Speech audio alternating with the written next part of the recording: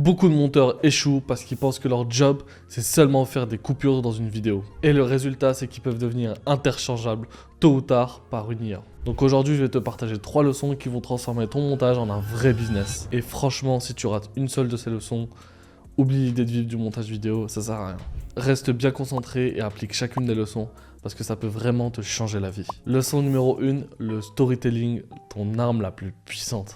Le storytelling, c'est vraiment ce qui fait que on regarde ta vidéo juste d'un petit coup d'œil, vraiment, on n'arrive même plus à décrocher de ta vidéo. Je sais pas si tu as déjà eu ce sentiment en regardant une vidéo YouTube où tu dis, vas-y, je vais regarder que 5-10 minutes, ou en regardant une série par exemple, et finalement, 5-10 minutes plus tard, t'arrives plus à décrocher, tu veux absolument regarder la fin de l'épisode, et à la fin de l'épisode, tu vas absolument regarder l'épisode d'après. C'est parce qu'ils travaillent le storytelling, ils travaillent l'engagement qu'ils ont dans leurs vidéos, et donc c'est ce qui fait que tu veux regarder la vidéo jusqu'au bout. Ne t'inquiète pas, le storytelling, je sais que ça peut paraître énorme, ça peut paraître pas évident comme moi à comprendre, mais je vais te le simplifier en 3 choses. Un bon storytelling, ça repose sur tout simplement un bon hook.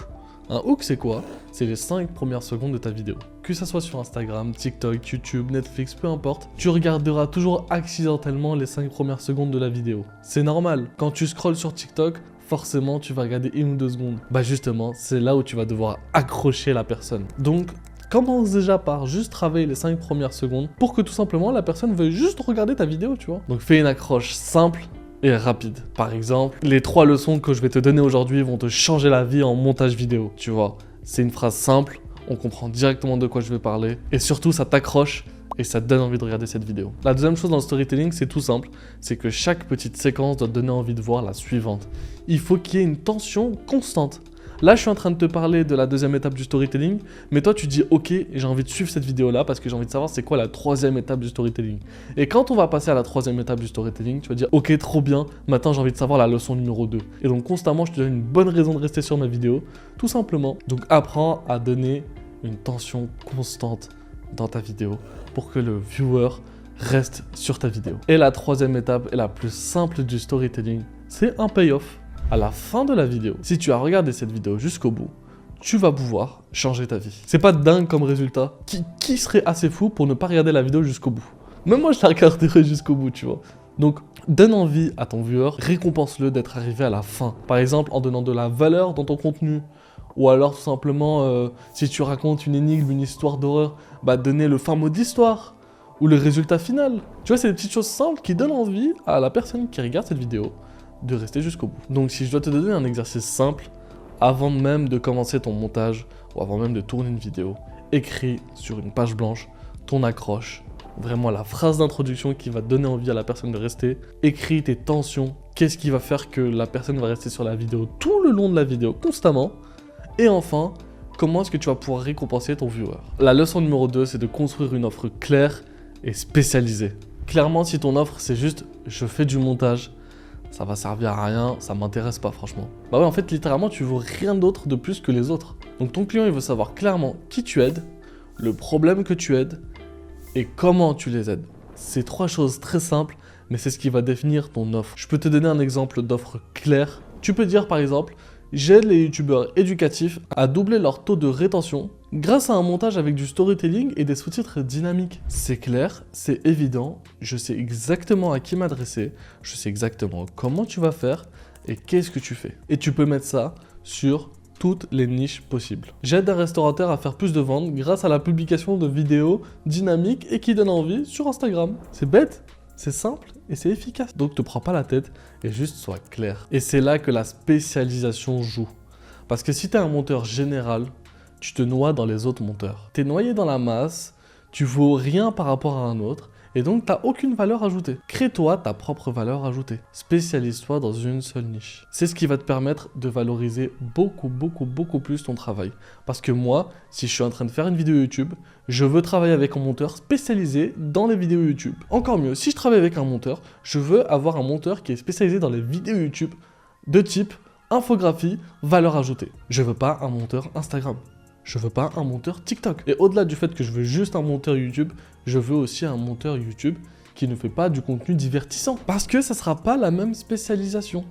Ça demande des compétences supplémentaires. Donc, spécialise-toi. Comme ça, moi, ça va me permettre de trouver mon monteur.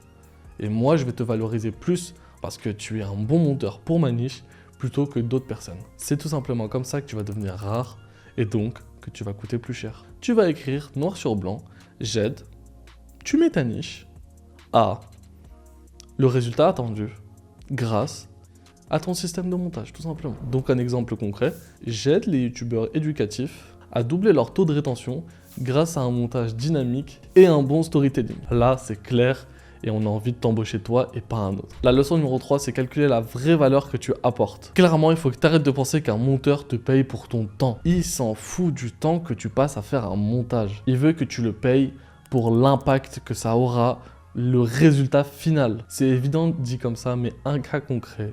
Si ta vidéo atteint 100 000 vues, en général il faisait 50 000 vues, donc il fait 1 x 2, et que les personnes arrivent à rester jusqu'au bout de la vidéo, et ben tout simplement, ça voudra dire que tu as doublé le taux de rétention x 2. Et là, c'est quelque chose d'impactant, c'est quelque chose de concret. Maintenant, si ton montage est trop dynamique, il est vraiment hyper développé, mais qu'au final ça fait pas de vues, parce que t'as pas fait un bon storytelling, même si t'as passé 1 semaine, 2 semaines, 3 semaines, mais qui plafonne à 50 000 vues, bah il s'en fout en fait.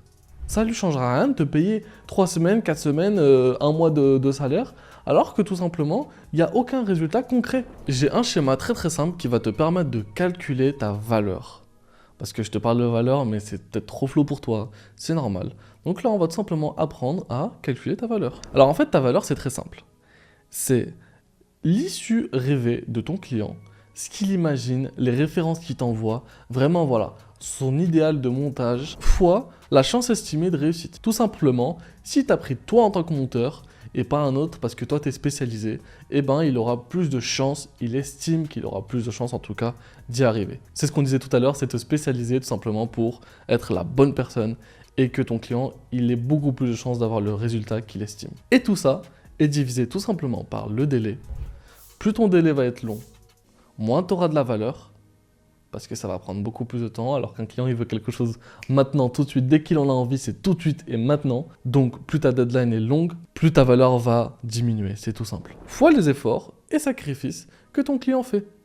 Les efforts, ça peut être par exemple filmer des scènes spécifiques, faire une voix off, c'est tous ces petits éléments-là qui vont faire que plus ton client aura de choses à faire, moins ta valeur sera. Et les sacrifices, tu le sais très bien, c'est par exemple s'il doit sacrifier 2 jours de tournage pour simplement une seule vidéo, ou alors c'est tout simplement un coût financier. S'il doit te payer plus cher, c'est un sacrifice pour lui, il doit peut-être passer à côté d'autres choses, il doit peut-être faire des sacrifices sur d'autres budgets, donc ça diminue un peu plus ta valeur. Ce calcul-là, prends-le bien en compte pour comprendre ta valeur. Essaye de développer un maximum les chances de réussite que ton client espère avoir.